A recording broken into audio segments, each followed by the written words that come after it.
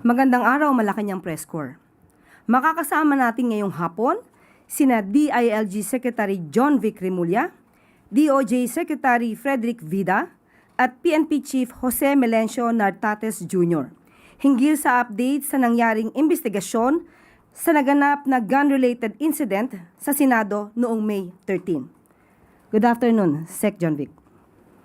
Magandang hapon po. Kasama ko po ngayon dito si Secretary of Justice Vida, si Chief Nartates, para isaad ang mga nangyari noong May 13. Unang-una po, gusto ko pong isaad na pagkatapos ng 6 na araw na masusing pag-iimbestigasyon, paghagila po ng lahat ng available videos, interviews, affidavits, ay marami po kaming conclusion na nakuha. Unang-una po, for the record, all evidence points that there was no attack on the Senate. I would like to repeat, all evidence points that there was no attack on the Senate. The following will be a chronology of events starting from the pronouncement of Senator Bato when he said that when he gave warning that he would be arrested, up to the time that Senator De La Rosa escaped the Senate premises. I turn over the mic to General Nartates.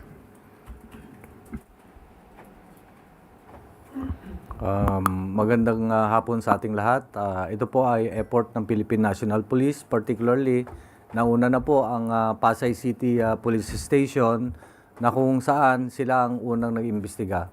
And after the conduct of investigation by the Pasay City Police Station, the records of investigation was referred to the concerned prosecution office in Pasay City the next day, particularly, to be exact, May 14, 4 p.m. ng hapon. And then, in the continuing investigation, sumama na po ang Criminal Investigation and Detection Group for the unearthing of records, facts, mga kailangan nating ebidensya to come up with a conclusions and recommendations, findings, conclusions, and recommendations. At ito pong pag-unearth natin ng investigation, lalong-lalo ng mga facts, lalong-lalo na last Friday, the Department of Justice have sent out directive to turn in all records of investigation papunta po sa Department of Justice. And then therefore, in compliance with the directive, we will be submitting the records of investigation to the Department of Justice, including the earlier records that was referred to Pasay City Prosecutor's Office last Thursday, 4 p.m. And so, we have,